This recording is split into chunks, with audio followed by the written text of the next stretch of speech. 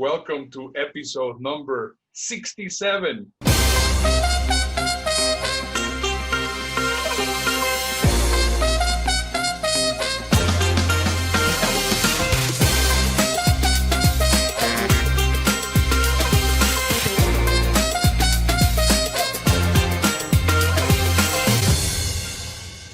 Welcome back. It's the Toilet Paper Diaries. We've been going for such a long time. We've been gone. Did he miss us? Ernesto, how are you? I'm doing great, Dave. When we first started, we only expected to do about 2 or 3 shows, or maybe 2 weeks worth of shows, which would take us up to about episode 14 or 15, because we only thought we'd be in lockdown for maybe 2 weeks, and then we'd find a cure. I've got the cure. You can buy it from the supermarket this afternoon. And then there'd maybe be a week of just grumbling. Oh, we've run out, you crazy people. Don't worry. We'll get it sent to you by Amazon. And that was not the case. 67. Not only does 67 not look like a big number, but I honestly can't see the end of the show. I can't. I don't know when we could be forever. Big long beards, like ZZ Top, going, how are you, Ernesto? Oh, I can't hear you. Say it again. How are you? Who are you? It's going to be like that. We'll be really old. It's just insane. Just think about it. We started on March 16th. Right now, I think it was in August 16th also. So we've been on the air for 5 months. Oh my God. My goodness. It's well, insane. I don't know.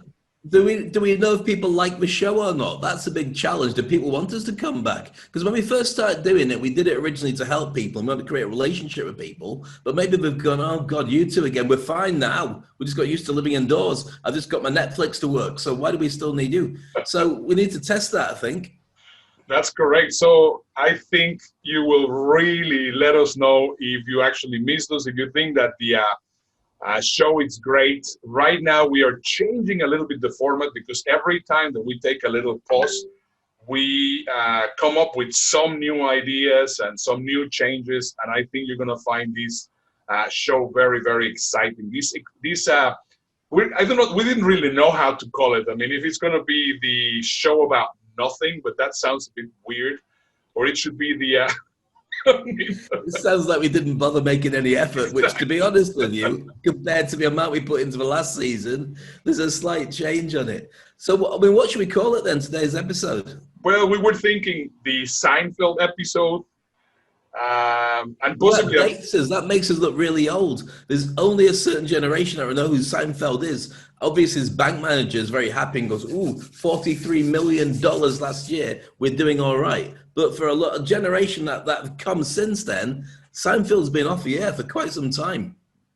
Yeah, but I mean, I think, well, as you were saying, how much? 43 million they made last year just in reruns, right? That is incredible. $4 billion dollars has been made from the showing of Seinfeld around the world. And it's fascinating because, I mean, it's kind of an American phenomenon, but at the same time, it was something that managed to catch the Wi-Fi code of the way that people felt. And it was a certain type of person who felt that is what my life is really like. Exactly. And the reason why Seinfeld was such a good show for many people was because the show was about nothing. I mean, there was no really an agenda, but he was basically talking about everyday situations that were happening that they basically took out of context, and they were very funny. I mean, can you think of some of the very famous episodes of Seinfeld? Well, I wasn't a huge Seinfeld fan. I do know certain elements of it. I know the characters very well. So you got Constanza, the little bloke who always seemed a bit paranoid and single. And you got the girl who went on to do Elaine, yeah, she went on to do Veep. That's when I picked up on her. She's brilliant as an actress, brilliant. Yeah. And Seinfeld his character was a bit like Bugs Bunny or the Fonz or Blackadder. He was kind of the smart guy who was in the center of everything and knew more than everybody else, but still got caught up in all the hijinks. And so you could identify with him. So that was kind of cool. Yeah, well, everybody identified themselves with one of the characters. And then you have Kramer that was just absolutely crazy. And you know what I think? It's fabulous. It's right now, and this is one of the things that Dave and I we've been talking about already for a little bit. Right now, I mean, our life is like Seinfeld. I mean, right now we're seeing humor in things that little things that happen in the house. You go to the supermarket and you find the weird thing or the awkward thing, and that's exactly what Seinfeld was all about. Every day is like being in the Truman Show. We've mentioned this before. It's like being in a live soap opera where it's unscripted, but they will go back and edit it later so it makes sense. That there's a theme that runs all the way through. So you end up with happiness when you laugh yourselves to death. And then you should never say death when we talk about current situation. You got happiness, you got extreme emotions, you've got arguments, you've got making up. And I think this is a key thing. I think that the ecosystem that every family's got now is that you don't let bad times last. You sort them out faster because you don't have the privilege of being able to run away and ignore somebody for a couple of days because you're going to bump into them like another 50 times before bedtime.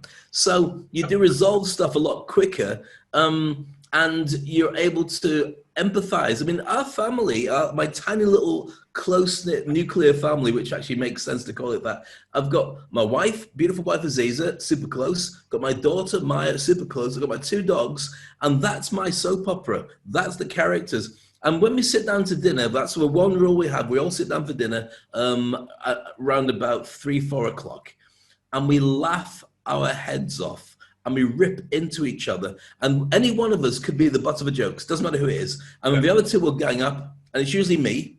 And the other two will gang up and just tell as many jokes as I can do. And I can't even bring it up. There's a character that I shouldn't even tell you this because it's just embarrassing.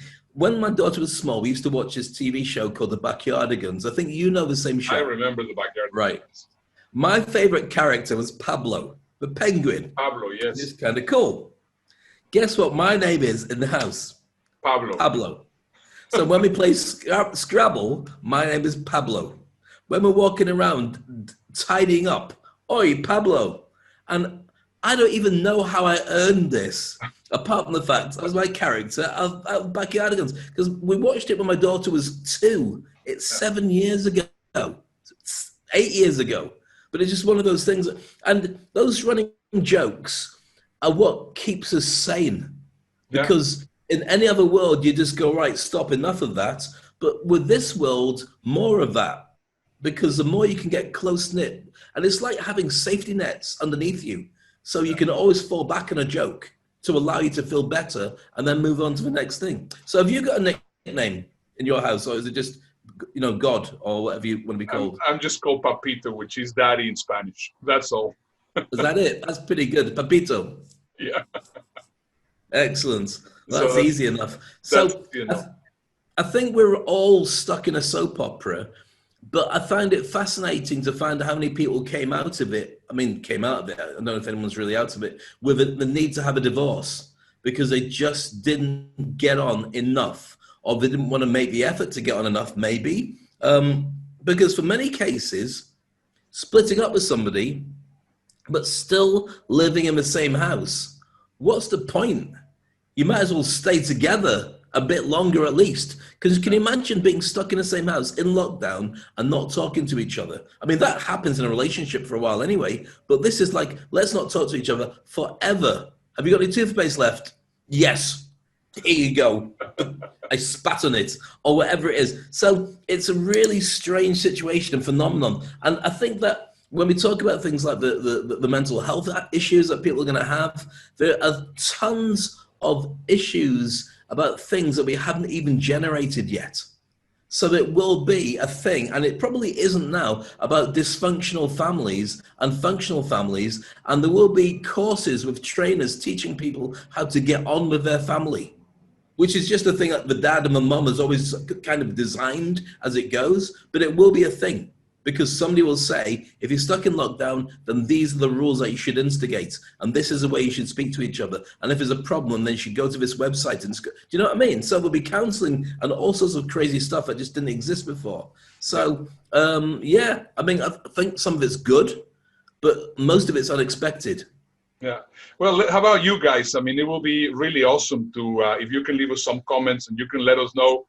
Of course. I mean, now it's 5 months, 5 months, and I don't see the clarity going into that direction. And right now, I mean, we have to take things with a little bit more philosophy, and I think it's interesting. I mean, these couple of weeks that we were not on the air, a lot of things happened. I mean, it's just crazy. Every day you go like, oh my goodness, this world is getting crazier by the second. I had a few really weird interactions in Facebook where you basically mentioned something and it could be irrelevant. I mean, you could put a freaking picture of a strawberry and people will start arguing about it. Yeah. And I mean, that also tells you how crazy people are getting. And it's just interesting to see how things are moving. Now, we had just the beginning of the Democratic National Convention here in the United States. And very soon, I think the Republicans are going to have theirs. And it was just quite interesting to see what was going on there in the DNC. Obviously, we try to avoid getting into the topic of politics, and but however, that is what is happening right now. Yeah, I mean, here's the thing. Before we get into talking about DNC, we'll do it from a completely neutral point of view, as we attempt to do and fail miserably every single time, but at least genuinely we do. When you posted, you didn't necessarily post clickbait to wind people up, but you posted stuff that if the wrong person at the right person at the wrong time, or maybe even the right person at the right time, with the right frame of mind, could just explode over. Yeah. And then they suddenly became very political conversations, and people were just throwing videos and pictures and quotes and memes at what was a really innocent. And articles about defending their way of thinking. It's just really insane. I mean, and this is, I think, something that we need to understand a little bit. I mean, what happened to the good old, I agree to disagree, let's go for a beer? I'd say what I think made a difference. It made a couple of things. I think social media gave everybody a voice.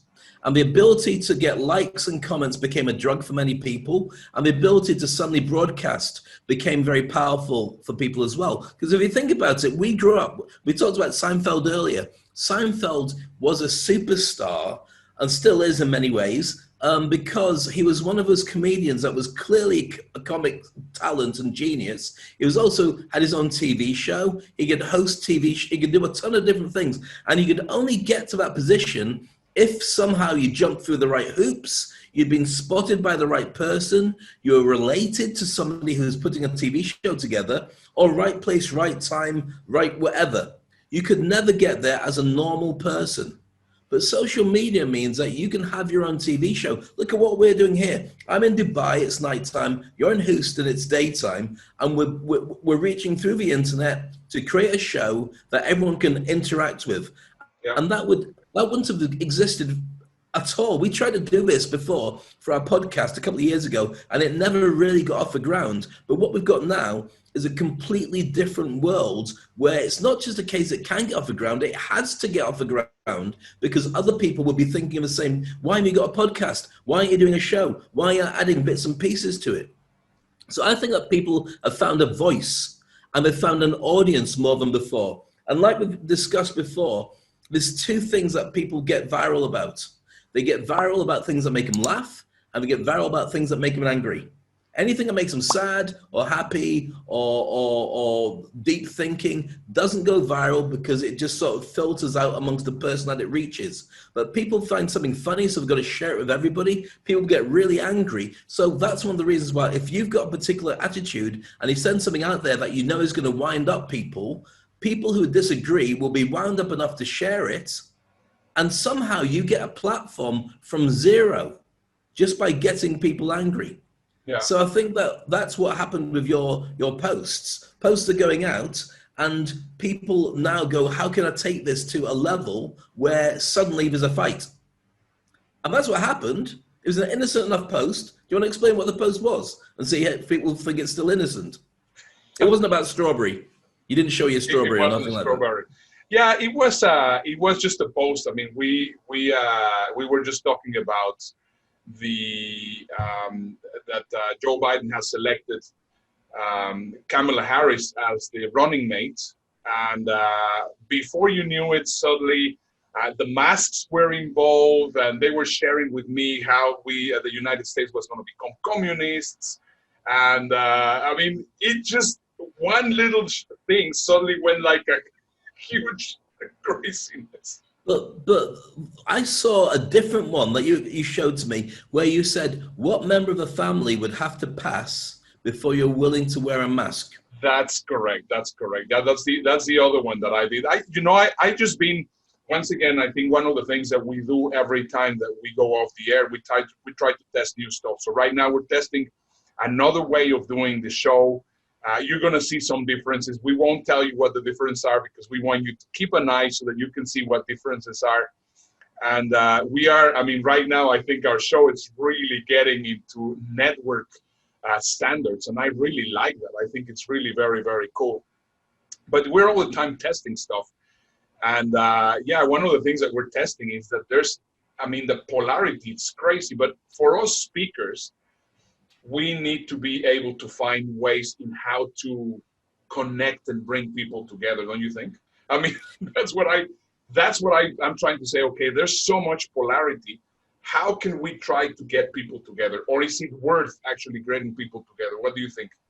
Well, I think that when we talk about our duty as speakers, I think then we're really assuming that every speaker wants that to happen. I mean, again, avoiding the politics of stuff, not everybody wants people to be brought together. Some people want to bring focus to their way of thinking. And that's not new. That's the way that life's always been. But you've got what I think is really important, and this is what I do when I train people about speaking, is when you consider the fact that public speaking used to be amongst an elite people who were very good at commanding an audience, and therefore we had the right to talk about what we wanted to. But social media has made it so, because there's so many different platforms, whether you publish a picture or you write a little sentence or you make a comment, everybody can be a speaker because there's a correlation between posting and speaking. So I think there's more voice for everybody than ever before. I don't think that speaking brings people together unless you intend it to bring people together. Yeah. So right now, for example, we were talking a little bit about the Democratic National Convention, and we saw that they are going completely virtual. So right now, it was quite interesting to see how they are using the exact same tools that we are using. In fact, I mean, in a moment, I mean, you will just basically see right now where we are talking about this. You're going to see the setup. I mean, we are talking about the previous setup of the National Convention. I mean, it was thousands and thousands and thousands of people. And right now, the setup that they're having is just a few televisions and a couple of switches so that they will be able to actually make those different switches on and off, as you're seeing right now here on screen. And I think it's just really crazy. And then what's going on is they are getting somebody which is in one state, and then they're getting somebody which is in other state, and they're getting all the messages together. I mean, if they would have told us, and I mean, this is just a quick assumption. If they would have told us, you know what, would you mind just running the DMC? Would have been able to do it? I pretty much say yes. I pretty much say, well, we could have been able to actually handle the whole technical stuff and get it done. Well, I've been doing a number of conferences over the last couple of months where you've had people from all around the world going on Zoom. I've been hosting it, so I've been introducing them. I've been asking the questions as a sort of like panel master, summarizing it. People are showing their PowerPoints, doing keynotes, the whole lot. And then I summarize it and finish it off and done. Some of them were live, some of them pre-recorded that get chopped up and put out there. But there's no reason why it couldn't be. I mean, I used to run the Dubai Rugby Sevens for about 20 years. And this year, we're not having it. And what they may be doing is having a local event for just local teams. And I was toying with the idea that literally, if we put a couple of webcams or cameras on fixed poles around the event. You could run a TV show for all the fans to watch at home. Yeah. You could certainly do it. And it doesn't have to be BBC quality. It just has to work. And I think that's what we've actually got now. I mean, it's the same as social media allows you to be a speaker.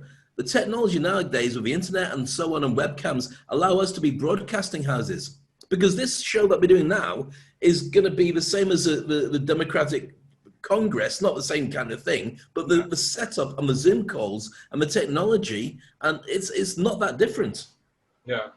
Yeah, it's just really, really amazing. So we had Michelle Obama doing a conversation. I think possibly she was in Chicago, and then we have Bernie Sanders possibly was in Vermont, and everybody was coming in, and you will see, I mean, you will see the whole thing happening from a few screens, which I think is very interesting. Now, from that point, and I think from the speaker's point of view, I think it's an interesting thing, is the angle, and the angle that they actually got is by, you understand that there's the politics, and one side of the aisle is going to be fighting towards the other side of the aisle because of course they want to get power. We get it. But what I thought it was quite interesting was the fact that they also brought some people from the other side of the aisle to also talk about it. I mean, I appreciate, and once again, staying away from politics, I appreciate the fact that there's the try of, well, you know, it's not us against them, because us against them always create issues. Here is, you know what, sure, we have issues, we have wounds, I understand you're different, and they're trying to reconnect people. And at this point in time, that is a message that for us speakers might be a good angle. I mean, right now, for example, one of those things that I tried to do, and it always worked out, whoever was telling me, well, you know, because of the Democrats getting into power, we're going to become communist, and all those people, I'm not going to wear a mask because this is a conspiracy theory and whatever. Instead of actually attacking them, what I was doing is I was trying to find a common way into talking about a painful story. And I think that's just something that you, as a speaker, as a communicator, this is a time to connect and not a time to disconnect. I agree with you. I mean, what we have as speakers is a martial art in communication. And so you can use it to manipulate, you can use it to change. Anybody who wants to make a big difference, if they have the ability to speak, then as an orator with an audience to watch what they're talking about and feel the emotions and the power, you can convert people into followers that will go as standard bearers for you. What we've got now is a virtual world where you can reach anybody anywhere, and you can cut so many corners. Think about the hotels that make zero money out of that conference happening. In fact, it's really difficult to say where's the conference happening. I know there are a number of people doing social distancing in one particular place, but most of the people are around the world, wherever, around America, paying attention. I just got an inquiry today from somebody saying, Dave, we'd like to hire you to speak at our event in 3 weeks' time. It's a virtual event. I don't even know if this call comes from Dubai. It could be anywhere around the world. And I find it really exciting. But what's fascinating for me is we've been talking about this for a long time.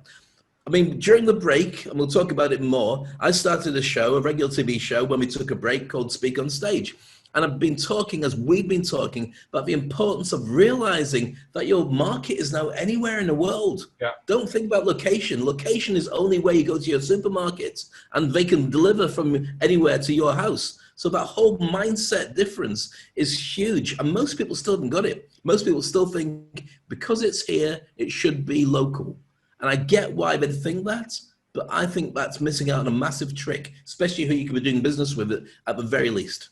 Yeah, that's absolutely 100%. Hey, you know what? Talking about something else, can you believe that it is now 6 years since Robin Williams passed? I mean, we were talking about mentors, and we were saying, well, you know, who from the movies has been the person that you can say that he has been one of your biggest mentors? And my answer was Robin Williams. And you know what? We were here on the break. Robin Williams, it was in August 2014 that he died. It's amazing how time flies, though. Well, when you think about Robin Williams, I mean, we grew up with the Nanu Nanu of Mork and Mindy, you know, where he was this weird. I mean, Jim Carrey and so many people owe their careers to Robin Williams just being the pioneer of the weird but super talented comedian. And if you think about it, I've got a list here of the movies that he was making after Mork and Mindy. His first starring role was Popeye. I don't know if you remember that. It wasn't a great movie, but it was kind of okay. But then he went on to make The World According to Garp, Moscow on the Hudson, Good Morning Vietnam, Dead Poet Society, Awakenings, Fisher King, Patch Adams, 1 Hour Photo, The World's Greatest Dad. He was in Hook, Aladdin. Remember Aladdin? I mean, they got Will Smith to replace him, but it wasn't the same thing. Mrs. Doubtfire, Jumanji, The Birdcage, Good Will Hunting, and even the Night at the Museum trilogy. I think the Night at the Museum Part 3 or something like that was his last film just before he died. Yeah. Incredible. But these are films that when these movies come out, you kind of go, oh, we've got a Robin Williams movie, maybe I'll watch it, maybe I won't. But I don't know a single movie there that isn't a classic in some way, shape or form. Maybe the early ones, not so big. Popeye wasn't huge, but every single one of them. And what I find fascinating about Robin Williams as a character, apart from the fact he's quite clearly one of the most talented people on the planet, and when you see him talking and telling jokes on stage and off stage, he could just open up the room and command it for such a long time and make it up as he went along. But like many comedians, and this is why I find it really relating to speakers, he could be super funny, but he chose to take straight drama acts as well. And his Oscar came from Good Will Hunting when he played a very straight role. Yeah. And I think that sometimes that ability to have I think it's that balance between anger and humor are almost the same, different sides of the same coin. I was trying to explain this to my daughter, because I remember when another comedian, Michael Keaton, was asked to play Batman. And of course, everyone went crazy. You can't have him. He's no way is he going to be Bruce Wayne. But he was brilliant. He was absolutely brilliant, because that ability to make people laugh and then turn and be full on aggressive with different sides, and it worked really well. So Robin Williams had that completely. He was just such a genius. Yeah, I think once again, also linking it into speaking, and I think that's the big takeaway where we can see of what we can learn from an amazing genius like Robin Williams. Every performance that he was doing, he was giving the absolute best to his audience. I absolutely recommend you to watch any of his stand-up shows, or more than anything, watch some of the interviews that he had in Jay Leno and that he had with, all those, because there's golden nuggets to learn as a speaker from him, because his entire career, and that's why he was doing so well, was dedicated to his audience. I mean, that was his life, basically dedicating the best to the audience. And you will always see whoever does well as a speaker, whoever does well as a performer, is somebody that really gives him or herself to the audience. And I think he was one of the best examples of this. In fact, let's just have this. Let's just have a look at this video as part of the beautiful tribute. Have a look. Please, don't worry so much, because in the end, none of us have very long on this earth. Life is fleeting. And if you're ever distressed,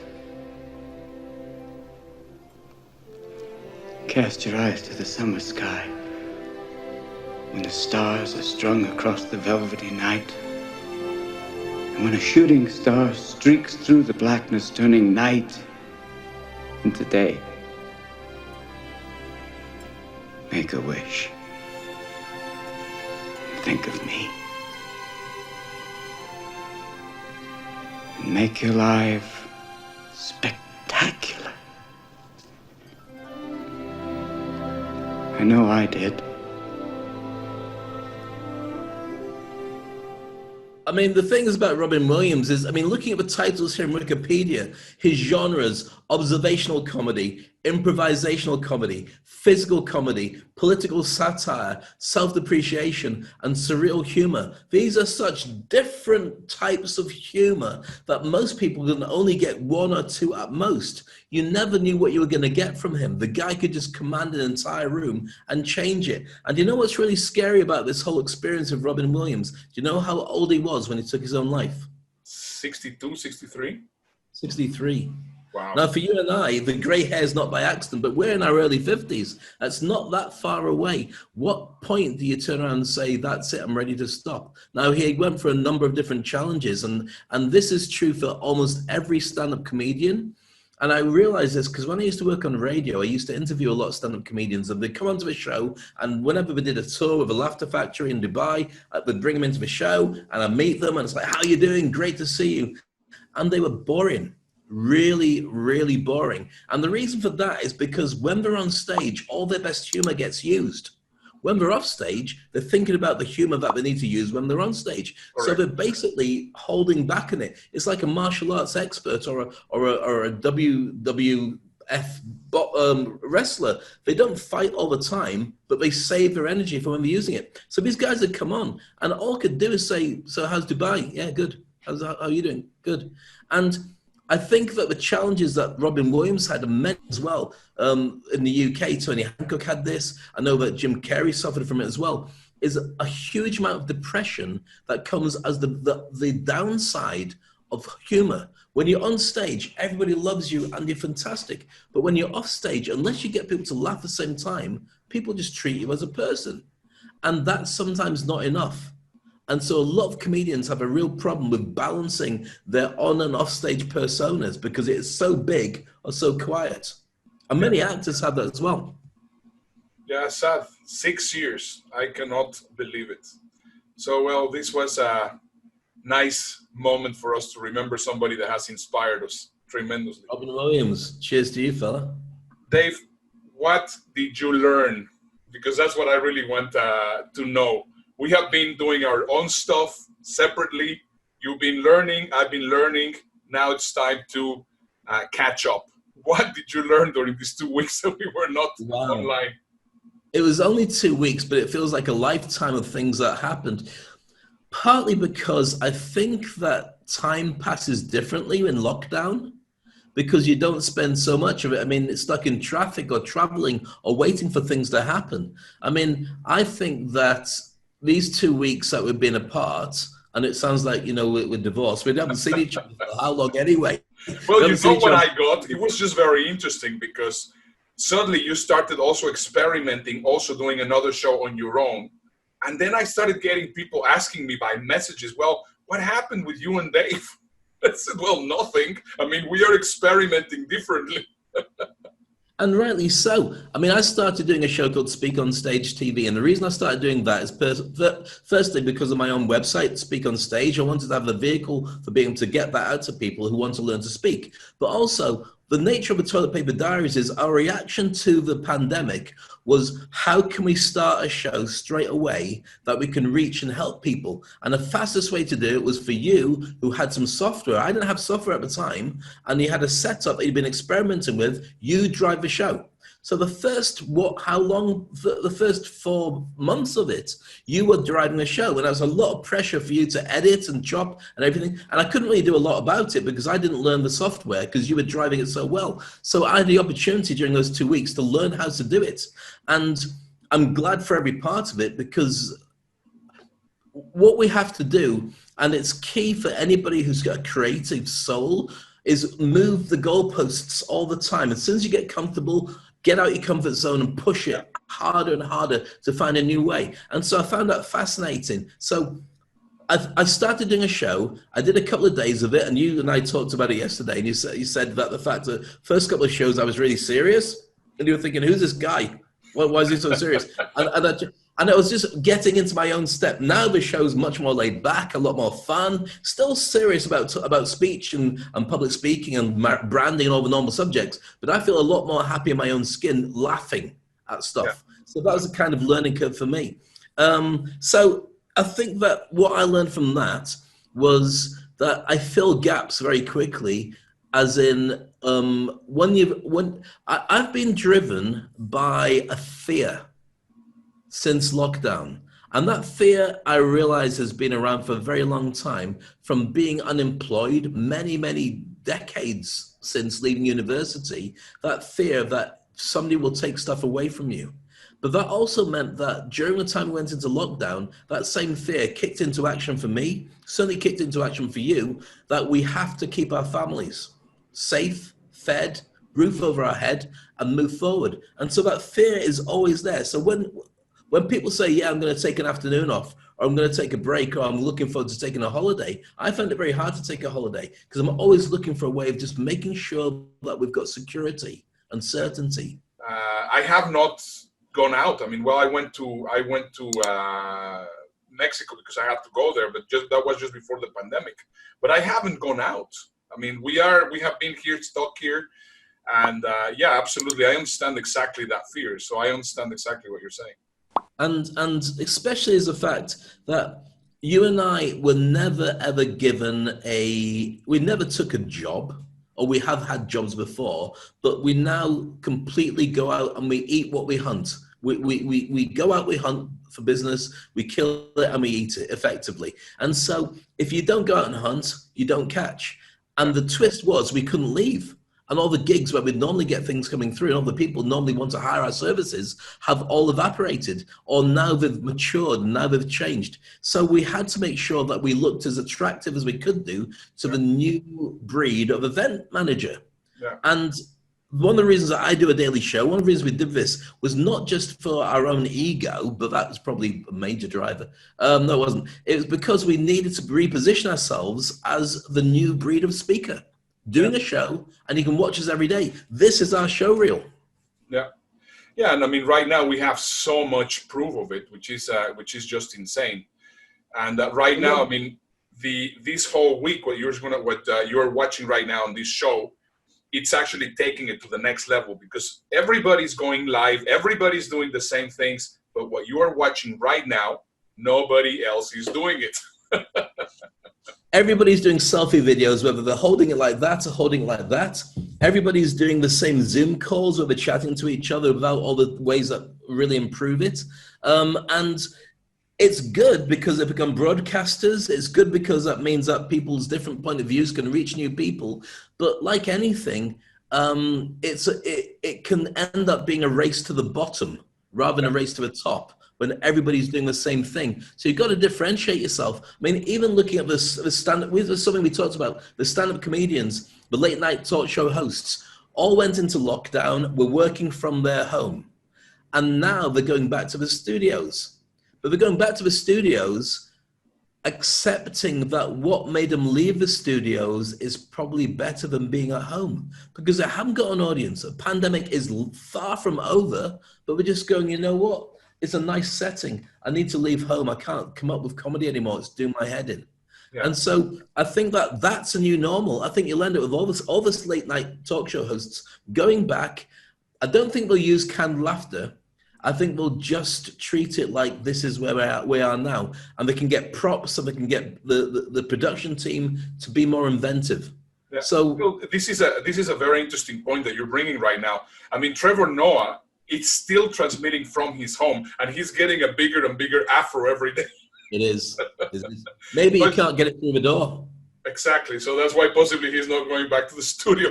But anyway, I mean, and you made a very specific point the other day. You were saying, you know what? I mean, the Stephen Colbert's, they have not really got all that footage from them, all that experience from them being on the road doing actually stand-up comedy.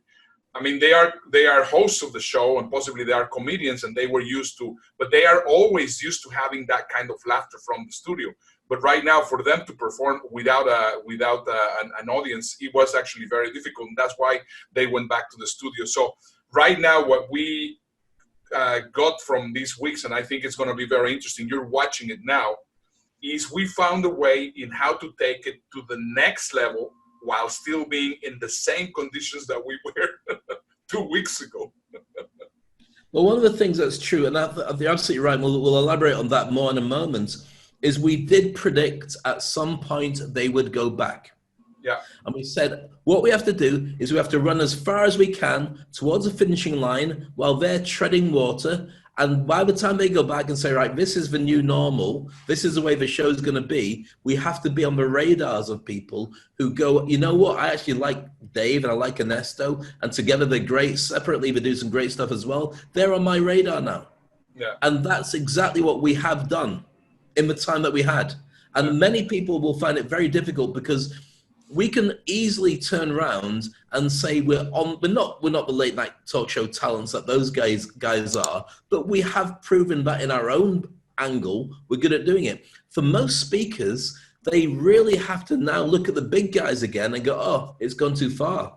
I missed the opportunity, because they should have been broadcasting from their homes to get onto the same level playing field as all the big guys were. Yeah, because for us it has been, more than anything, it has been the learning process. We can see the difference from the first time that we went live till now. I mean, it's like day and night, and it didn't happen overnight. So right now we have all that experience, and I think that's just an important thing, because we are going to be doing something which I think you guys are going to find very interesting. We will let you know a little bit more about it very soon. We are going to be doing a challenge. Because, you know, for us, it took us 5 months to get into getting a show looking like this. And we learned about different lights and different ways to use a camera and different ways to use the microphones and different ways and how to repurpose the content. Right now, I mean, if you see, I mean, just look at all the people which are actually right now clicking that they're liking what they're doing. What we're doing. So, I mean, we have so many things that we want to share with you. We're going to create a challenge in how we're going to be showing you how to create virtual impact in 1 week. And I think that's going to be very interesting. That's coming up very soon. We're going to be going a couple of times a day, sharing some of the techniques of how to be a broadcaster and the techniques on how to go into the more technical stuff. So I think it's gonna be cool, don't you think, Dave? Yeah, it's fascinating. I think the whole thing will be really rewarding for everybody who's involved in it. I think that if you're even remotely interested in how to grow your brand better, or even if you just want to do it as a bit of a hobby, it'll be a really rewarding experience to come along with us for this journey. This adventure will be probably 5 to 7 days, maybe 7 days, and we'll give you all the details as we go along. Yeah. But it's one of those things that it's like, I think it will be like the people who were baking bread.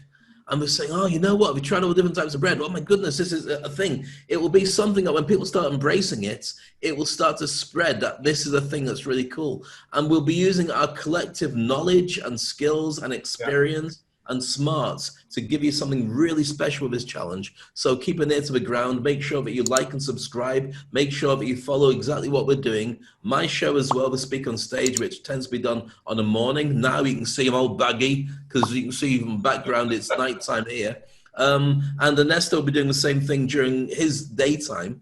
And we'll be sharing with you a ton of different stuff that will blow you away and really take your own business and your own personal life, I think, as well, to the next level. Really exciting. In the time being, while we give you the information, just go to the link below, groups. So it's Facebook.com/groups/Fast Forward Show. And be there because, of course, I mean, I think you're going to really enjoy this challenge. And, you know, Dave, that's actually my learning point from these 2 weeks, the challenges. Right now, the most popular, not the most followed, the most popular YouTuber in the world, Mr. Beast, that's how he has broken the internet. That's how he has created the crazy following that he has by creating challenges. I mean, do you know what Mr. Beast did during the time that we were gone? Something to do with an island, wasn't it? Yeah, this is absolutely crazy. And in a moment, I'm going to show you a video. Basically, what he did is he purchased an island, which I think it costed him $700,000 or $800,000. I have no idea where the island is. Yeah, as you do. So he purchased the island, and the only thing that there was wild pigs and trees and sand and water. That was all there was there. I'm not sure exactly where the island is, but he created a challenge. So he got about 15 other YouTubers. And let's just, before we tell you a little bit more about this, just have a look at what Mr. Beast has done. I bought this entire island. I have 10 challenges and we have 10 people. And the last one of you to leave this island keeps it. So let's just jump right into the first challenge. Last one to put a coconut in this hole leaves. Bye. Go. I'm getting out of the hole. All right, you two, you go with the short. All right, you guys are good. Brilliant. I love that. That's so funny. The guy's a genius. And I mean, he's got something like 50 million followers, some crazy number like that. So every time that he posts something, it just goes viral. And I guess that's where you end up. But he's also smart. Because it works really well. But that's all about creating games. People love the idea of games. Game shows go back to history. And I love the idea that anybody from anywhere could win. So I think is very important for us as speakers to talk about it is, I mean, right now, and this is a trend that I predicted to Dave. I've been telling about, you know what, this is what's going on, this is what's going on, this is what's going on. And mark our words, right now, the new normal for speakers, it's not going to be the mastermind, or it's not going to be the virtual summit. It's going to be challenges. And that's just super, super important, because of course what happens is that if you can promise that in a week you can deliver something for an audience, and you tell them exactly what they need to do and how they have to do it, and they spend a little bit of time with you on a daily basis for 1 week, and they get the result, then guess what's going to happen? Of course, you're going to start creating a lot of followingship. And this is just something very interesting, because it is already something that we have included in many of our programs, Dave, which is gamification. I mean, I think gamification is super powerful now. And right now that we're in lockdown, I think gamification is super powerful. Don't you think? Well, I think that we've got a perfect storm for gamification. You've got people who have got access to almost everything online. So you can buy anything, you can watch anything, you can do anything through your internet. But what you haven't got is an X factor. That thing that you don't know what it's going to be. And it's more, it's like a combination of your favorite TV show and reality TV that you're involved in. So you are participating in this. It's your lottery ticket that's in this incredible, accessible game show. And I think that people are embracing that now in a way that they might not have done if they're going back to work. The numbers that people are going to be getting for challenges right now are phenomenal, because even if you're working, you're still going, right, I've finished my work now, I'm still in the same seat, let's just turn on the TV and see what's going on. People are now open to a lot more from non-stars, as long as they can access what they want from it. So what we're doing is really innovative and different, and there'll be a ton of people who just go, well, I prefer to do that. Supposing we took the same thing that some of the big names are doing, and we did the same thing, there'll be a ton of people who would prefer to do it with us, because they know that the figures and the odds of winning are much more likely, much bigger, because there's less people to compete. So I think it's going to be a really big thing, not just with what we're doing, but it's an ongoing big thing as well. Yeah, absolutely. I think right now, if we want to stay ahead of the curve, and I love the Wayne Gretzky saying, and for this, I just don't want to be the one quoting him, but I think it'll be very cool if we take a look at this video from Steve Jobs talking about Wayne Gretzky and staying ahead of the curve. Have a look.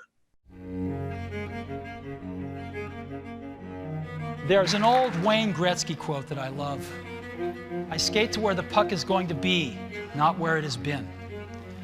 And we've always tried to do that at Apple. This is iMac. The whole thing is translucent. You can see into it. It's so cool. This amazing little device holds 1,000 songs, and it goes right in my pocket. An iPod, a phone, and an internet communicator. Are you getting it? Good morning. Well, how can I help you? Yes, I'd like to order 4,000 lattes to go, please. No, just kidding. Wrong number. Thank you.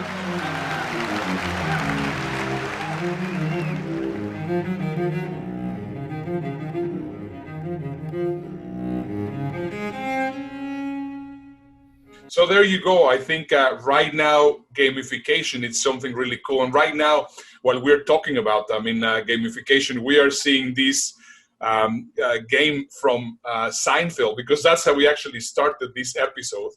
And you just look at how funny it is. I mean, we're just seeing here that you can be on this game. You could be George, or you could be Kramer, or you could be Elaine, or you could be Seinfeld itself.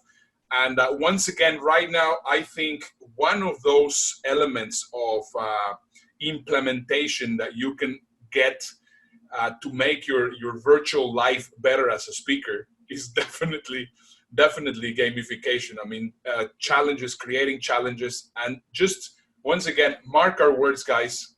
Challenges, it's going to be the next big thing. Don't you think, Dave? 100%.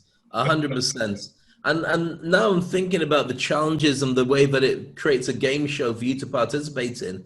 If you think about the fact that sports is massively disappointing now because you can't go along and get involved in it, what has got bigger is the gaming industry anyway. So there's like 2.7 billion people all on their consoles playing their games. Their minds are already about, I can do this. If I put my mind to it, I can do it. So the idea that this becomes a game that you can participate in an interest that you're interested in, then why not? I think there'll be a lot of people who are just saying, is this going to detract from me? Is it going to cost me a fortune to do? Can I get something out of this regardless? If the answer is yes, what's not to love about it? And that's exactly what I think is going to happen. So that I think is going to be taking it to the next level, because of course we have been saying, well, okay, we have to be broadcasting. We're going to be broadcasters. And everybody went into the Zoom way of doing stuff, and summits and doing whatever. Right now, just think about it. We're going to become show hosts. My angle is, for many, many years, when I used to work on the holiday resorts in the UK, and when I've hosted a lot of different events, I love gamifying stuff. I love doing stuff with the audience participation anyway. So this is right up my street. This is me coming home more than anything. So I'm very excited about it. That's awesome. Guess what? Time's up. Wow. It just flies past when you're having fun. In case you haven't realized, Ernesto's become a YouTube scientist. He's become obsessed with working out the most effective ways to grow your audience by using YouTube. For me, I've got a different angle. I do more social media, and I'm more about engaging people on the spot, but that disappears. Ernesto is all about planting the seeds. I think between us, we managed to cover most of the areas that you should be concerned about when it comes to growing your brand and growing your business. And then when you throw it at the ability to speak on stage as well, you got everything covered, the marketing, all those bits. So I found it fascinating. I've learned so much from you, Ernesto. You really are a master of this YouTube stuff. And I feel like it's a bit of a Yoda and Luke Skywalker. Not that you look like Yoda, I probably look like more like Yoda, but you know your stuff. That's what I'm trying to say. Yeah. No, well, it's the same thing. I mean, and I think that's why we work so nicely together. I mean, we are covering both aspects. I mean, you're covering the broadcaster, which is very important. I mean, the stagecraft kind of thing. I'm talking a little bit about the technical part on a friendly way, which is not really very difficult for us. So I think that challenge that we're going to be doing together, which is going to be coming up soon, I think it's going to be great. So Dave, once again, it's been a pleasure doing episode 67 of the Toilet Paper Diaries. Oh my God. See you very soon. Bye-bye. Absolutely. Look after yourself. Cheers, Ernesto. Bye-bye.